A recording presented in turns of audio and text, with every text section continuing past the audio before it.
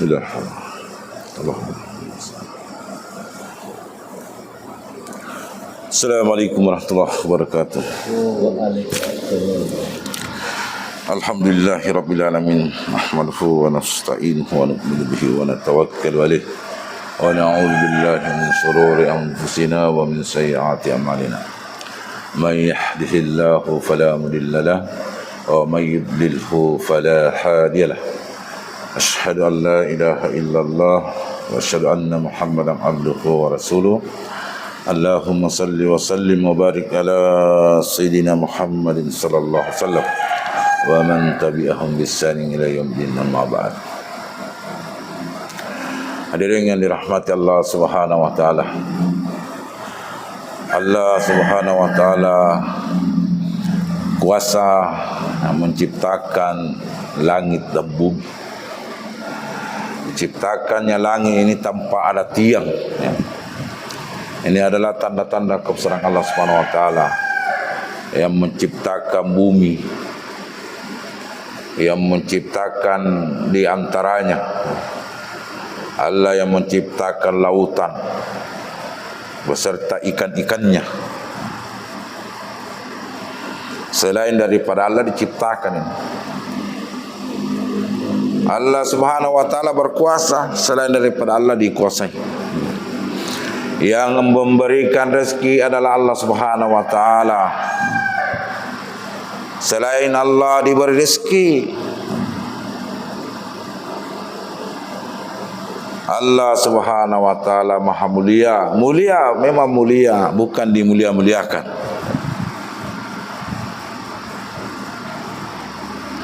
Maka ini selalu kita ulang-ulang supaya bagaimana Allah Subhanahu wa taala ini besar, ya, dalam hati kita. Merasa kita ini hina, tidak ada apa-apanya. Merasa tidak mampu apa-apa. Kita ini duduk di sini di majelis yang membicarakan Allah Subhanahu wa taala. Siapa yang dudukkan kita diri? Allah Subhanahu wa taala. Dan kita harus syukuri dari sekian makhluk yang Allah ciptakan, baik yang ada di langit, di bumi, di lautan, di mana saja. Manusia ini paling sempurna, Pak. Manusia ini paling mulia, bahkan lebih mulia daripada malaikat.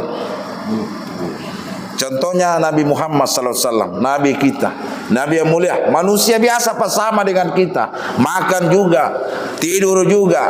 Nah. Tapi hadirin, manusia juga bisa hina, bisa rendah, bahkan lebih rendah daripada binatang. Balhum adal. Kalau binatang ini hadirin, makan juga, tidur juga, ya. Usaha juga untuk anaknya. Iya. Apa yang tidak dilakukan oleh binatang?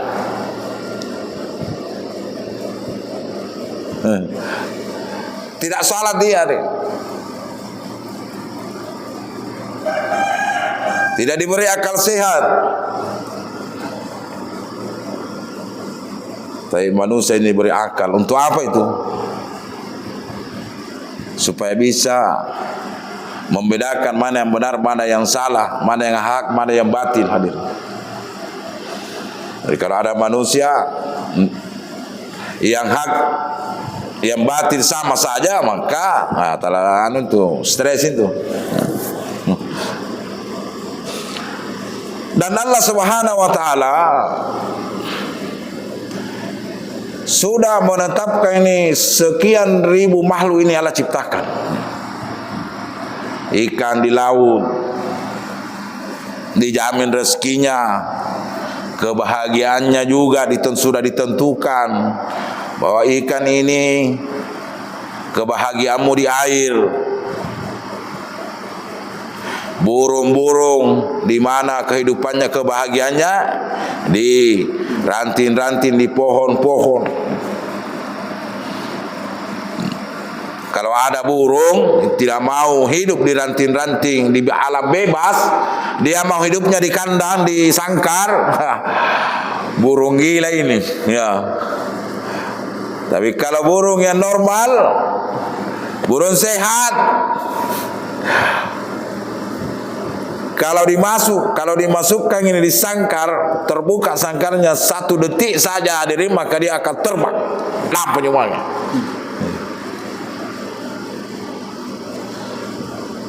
Ya, karena kalau ada burung senang biar dibuka sangkarnya tidak terbang. Nah, ini burung doang warna. Sama manusia ini, ya, manusia ini Allah tetapkan kebahagiaannya di mana? Di amal-amal agama, gitu. Orang beriman itu senang kalau duduk-duduk di masjid. Ya. Jadi pun ada tahu hambang pakasya nah diring rima sigi ya. Sedikit-sedikit lompat sulu, bahaya nih.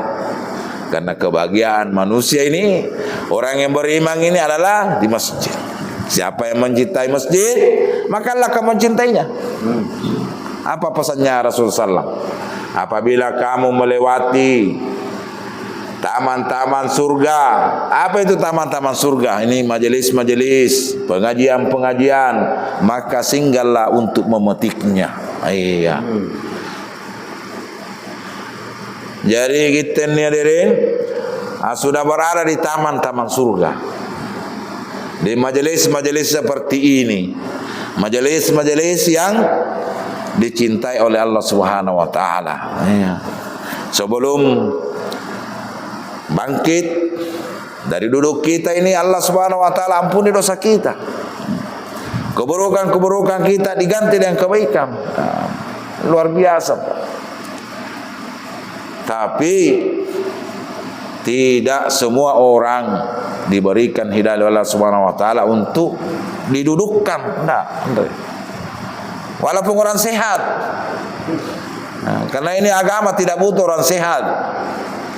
Agama Islam ini butuh orang yang beriman, butuh yang taat kepada Allah. Mana garing, biar sakit fisiknya tapi hatinya tidak sakit, maka pasti dan pasti dia akan hadirkan dirinya di rumahnya Allah Subhanahu wa taala.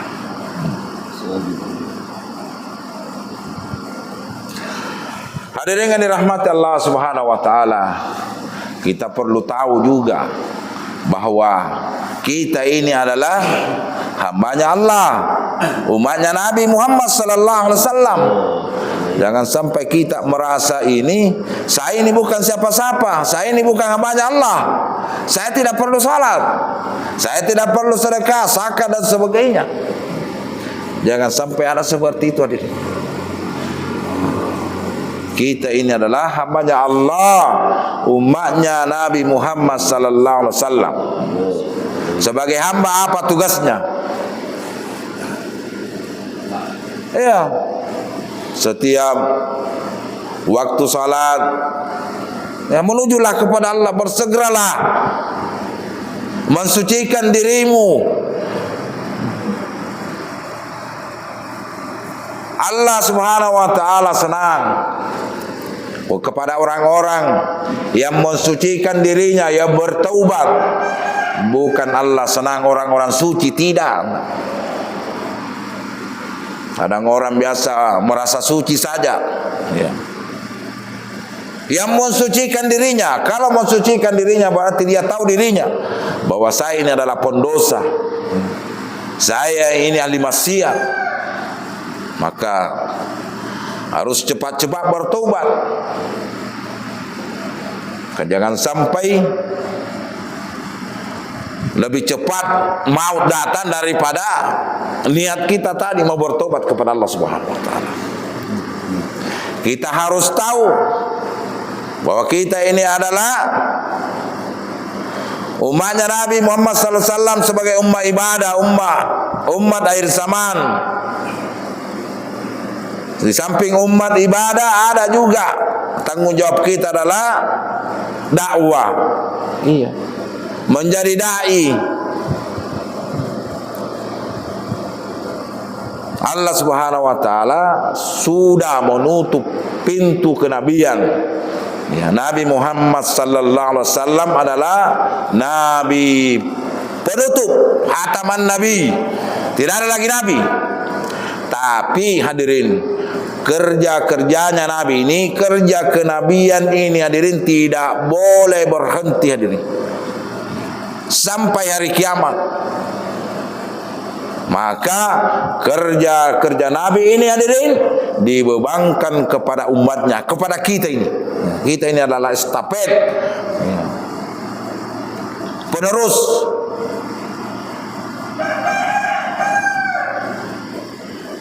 Jangan kita merasa ini sudah salat, sudah tenang-tenang, saya ini sudah salat, saya ini sudah zakat, masih ada tanggung jawab kita. Wal takum minkum ummatu yad'una ilal khair, ya, wa yamuruna bil ma'ruf wa yanhauna 'anil munkar wa ulaika humul muflihun. Dan ada di antara kalian segolongan umat yang menyeru kepada kebajikan,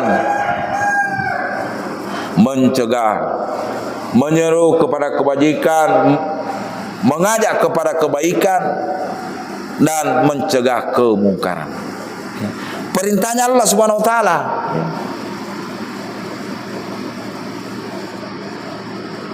Jadi bukan perintah ulama ini, perintahnya Allah Subhanahu wa taala. Ada di antara kalian segolongan umat, ya, yang menyampaikan agama dari lorong ke lorong, dari lembah ke lembah, dari rumah ke rumah. Wa zakir fa inna zikra tanfa'ul mu'minin. Ya, Allah Subhanahu wa taala berfirman seperti itu. Berikan peringatan. Sesungguhnya peringatan itu bermanfaat bagi orang-orang yang beriman. Nutapa itu hadir. Yang tidak beriman, anda nato rajin ayat. Sama puasa. Yang disuruh puasa itu orang beriman. Maka seperti ini juga hari ini. Ya. Ini kalau merasa diri beriman, maka harus kita berada di antara wal takum minkum ummatun yad'una ilal khair. Ya. Ada di antara kalian segolongan umat. Kalau ada kita di sini hadirin, maka alhamdulillah.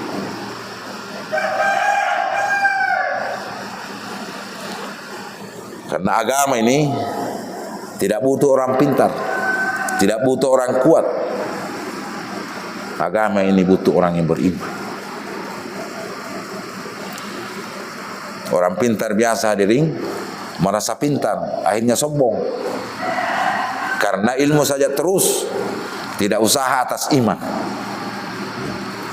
Dia tidak belajar iman, tidak belajar bagaimana memasukkan kalimat la ilaha illallah dalam hatinya. Langsung ya lompat ilmu. Padahal sahabat Nabi sudah contohkan. Yang pertama adalah yang kita perbaiki adalah iman kita. La ilaha illallah. Ya. Man kana akhirul kalamihi la ilaha illallah dakhala jannah. Barang siapa yang mati, yang sakaratul maut, meninggal dunia, dan atapun jo la ilaha illallah, pasti masuk surga. Bukan kata Nabi insyaallah, tidak ada. Pasti halal jannah, pasti masuk surga. Siapa yang mengucapkan la ilaha illallah ketika sakaratul maut, ketika dia mau tewas, ngoromi.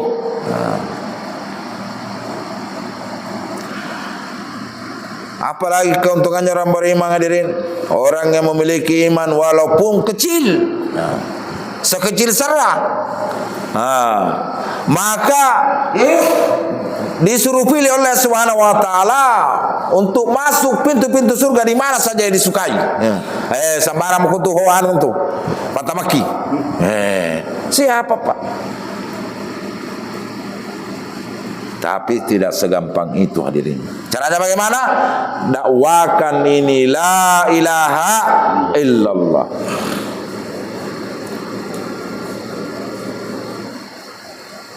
Kemudian senantiasa duduk dalam majelis-majelis iman, majelis-majelis yang membicarakan keagungan Allah, kebesaran Allah, ya.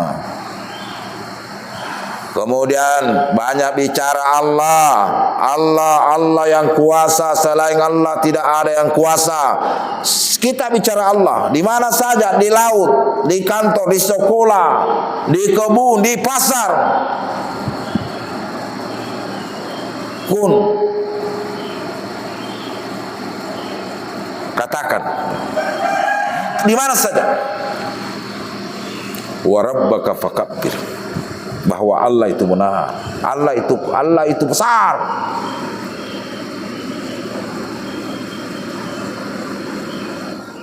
Kita kasih tahu istri kita,